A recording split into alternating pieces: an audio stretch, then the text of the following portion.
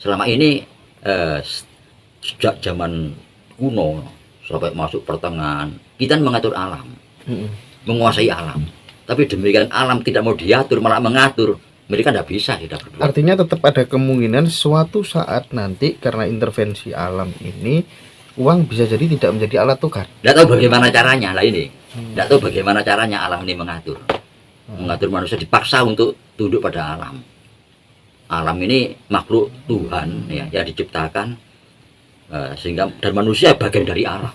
Berarti faktor utama untuk merawat pluralitas itu nanti alamnya akan berada di garda terdepan. Iya, alam. Dan pengertian alam itu kan luas. Makhluk pertama bukan manusia. Yang Tuhan bukan manusia. Makhluk pertama materi-materi alam. Dan ada makhluk pertama sebelum alam itu lengkap. Kan gitu ya. Terproses. Nah, terproses akhirnya menjadi seperti ini. Nah, justru itu kalau kita berpikir ya bahwa Tuhan Maha Pencipta ya, itu menciptakan jagat raya dengan isinya ini. Kalau bahasa ilmu kan lewat proses. Bahasa Tuhan menciptakan. Makanya terjadi dua pendapat yang tidak bisa ketemu. Enggak diciptakan langsung jadi alam ini. Enggak, terproses jutaan tahun. Kan gitu ya. Ini tidak bisa ketemu kan nih. Coba kita bayangkan aja. Terproses itu menurut bahasa manusia. Di bahasa Tuhan tercipta. Coba dirasakan. Misalnya ya, dari awal Tuhan itu mencipta ya, makhluk pertama terus proses sampai ada 4 makhluk. Terus sampai sekarang. Ukuran manusia, waduh mungkin 1 miliar tahun. Tapi ukuran bumi mungkin 1 juta tahun. Ukuran tata surya mungkin setahun. Ukuran di galaksi mungkin cuma 1 bulan. Lah ukuran kumpulan dari 1000 galaksi mungkin 1 menit. Bagaimana pandangan Tuhan? Tercipta kan sama saja kan? Kan sama saja. Coba kita rasakan. Sama. Proses dan terjadi itu sama jadinya. Konstan. Sebab Tuhan itu tidak terhingga. Alam itu luasan tidak terhingga. Sehingga konstan. Antara tercipta dan proses itu sama. Kan gitu. Jadi akhirnya ada dan tiada itu sama. Di pandangan mata Tuhan. Ada dan Kan tiada gitu. sama. Oke, mau break dulu Pak Karat. Pertanyaan terakhir saya dari saya dulu ya. Iya. Satu pertanyaan dulu, setelah itu break barangkali ya. Saya ingin mendengarkan secara langsung bagaimana Mbah Khatot memberikan nasihat kepada kita. Satu, supaya kita tidak terlalu takut kepada yang namanya kematian. Terlalu takut kepada yang namanya kematian gitu. Yang kedua, seperti halnya yang pernah kita diskusikan di beberapa waktu yang dulu, bahwa setelah seseorang itu mengalami peristiwa mati, terlepasnya jasad daripada roh dari jasad, dicabutnya roh dari jasad manusia, kemudian setelah mati diperingati ada 3 hari, 7 hari, 40 hari, 100 hari sampai 1000 hari.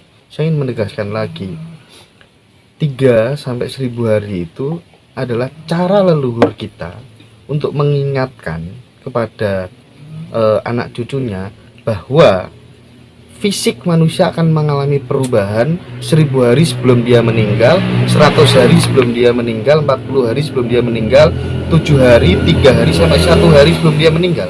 Nah, ini tolong diperjelas lagi Mbak. Apakah hanya itu kemudian pesan yang ingin disampaikan dan kemudian kita disuruh mengkaji, menganalisa gitu? Monggo Mbak. Ya, betul seperti itu. Ya, jadi leluhur kita mempelajari itu tanda-tanda fisik manusia itu, dan rupanya ilmu sekarang, ilmu medis sekarang ini juga mempelajari ya bagaimana pandangan leluhur kita tentang anatomi manusia, kesehatan manusia. Nah, pertanda itu ada, itu menurut leluhur kita ya. Tapi coba sekarang kita mempelajari yang ditemukan atau disarankan oleh para medis. lalu kita baca di YouTube itu, ternyata menjaga kesehatan, terus membuat kebugaran, itu olahraga itu ranking ke-8. Ranking ke-8. Terus di bawahnya itu masih ada lagi minum air putih, pola hidup sehat, dan 3 besar di bawahnya itu ketenangan, optimisme, ketenangan, optimis, ya. Nah terus apa ya, selalu senang, selalu bergembira. Selalu ini senang ini tuh 3 pokok ini penting ya Mbak ya, selalu Iya. senang gitu ya. Iya. Nah terus bagaimana dengan ini, olahraga, pola makan sehat, kan anatomi ini, anatomi sekali. Jadi otomatis yang 3 ini bisa merubah ini, merubah yang ke-4 dan seterusnya ini, kan gitu kan. Coba kita rasakan. Nah, jadi orang sakit pun dengan imajinasi kita ya, yang sehat, imajinasi yang sehat menjadi sehat kembali, kan begitu kan. Jadi 3 pokok ini justru utama. Nah ini, jadi ketemu semua ilmu leluhur ini, ketemu semua. Nah, dulu kan masih ancang-ancang aja. Iya. Tapi tahun-tahun ini medis terbuka itu. Jadi menurut pandangan dokter begini, dokter sudah menyadari bahwa tidak perlu kamu berobat ke saya, kamu sembuh sendiri. Jadi kan dulu kan tidak boleh seperti itu. Bagaimana dokter lari, sekarang enggak. Dokter sudahlah beramal dia pada ilmunya. Ternyata bahwa orang itu bisa terjaga kesehatannya ada 3 pokok: ketenangan, optimis, terus selalu bergembira, berpikiran positif. Itu baru yang lain itu. Nah, itu kan sumbernya dari pikiran semua, Mbak. Iya, dari pikiran semua. Iya, dari pikiran semua. Nah ini kalau ditarik ke tadi itu, tadi hidup, raga. Nah menyentuh raga, kita gerak, janin gerak, lama-lama menyentuh pada saraf otak. Nah, kita berpikir. Makanya ada istilah orang itu dewasa dan belum dewasa. Dewasa kan sudah bisa membedakan baik buruk, bisa berpikir. Ini sentuhan dari tadi hidup tadi, rasa tadi. Nah makanya kita bagi orang-orang tertentu berbicara atas nama akal, berbicara atas nama rasa, dan berbicara atas nama sang hidup kan berbeda.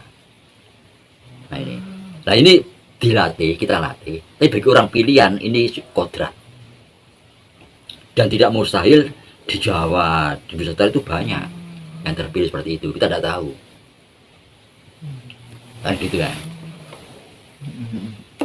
Terus tadi Mbak, ada satu yang belum terjawab Mbak, terkait dengan apa ya, nasihat Mbak Gatot supaya kita nggak terlalu takut sama yang namanya kematian gitu loh Mbak.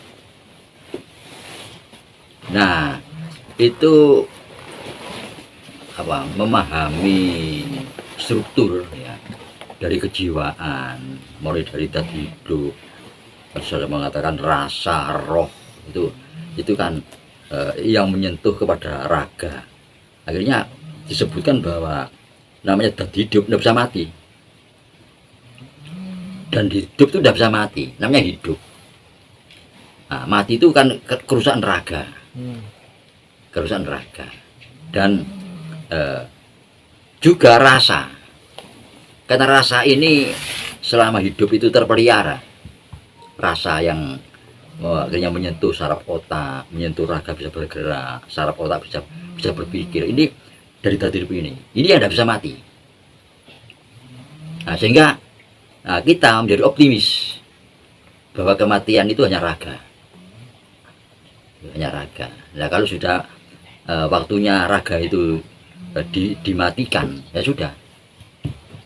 Toh kita punya dadi hidup yang nggak bisa mati. Dadi hidup yang nggak bisa mati itu di dalamnya termasuk memori-memori kita apa enggak? Nah, selama kita hidup. Itu memori udah terbawa. Nggak terbawa. Udah terbawa memori itu. Makanya semua perilaku hening, semedi, meditasi, zikir menghilangkan memori, meredam memori. Sehingga waktu hening tidak berpikir. Itu. Nah, karena memori itu kalau ini ikut, nah terus akhirnya inkarnasi kembali, waduh kacau ini. kacau kan dunia ini. Terus saya kok di sini saya punya, waduh kacau. Jadi memori itu hilang memori itu. Jadi nah, apa namanya? Tadi hidup berserta rasa yang aslinya itu masih bertahan. Yang Jadi mempertanggungjawabkan hasil dari kita berproses di dunia apa, Mbah? Siapa? nah, karena apa ya? Kita tidak terbiasa dengan meredam memori masuk ikut. Oh. Nah ini yang kacau. Yang kata penasaran masuk neraka kan di sini nih. Kan ikutnya memori ini kan tidak terbiasa diredam. Tidak terbiasa hening, zikir, semedi, meditasi. Kan akhirnya memori itu dikhawatirkan ikut. Ini kan kacau jadinya. Iya. Nah ini yang namanya kata roh penasaran yang masih dalam alam kubur, alam perantunan itu karena memorinya ikut.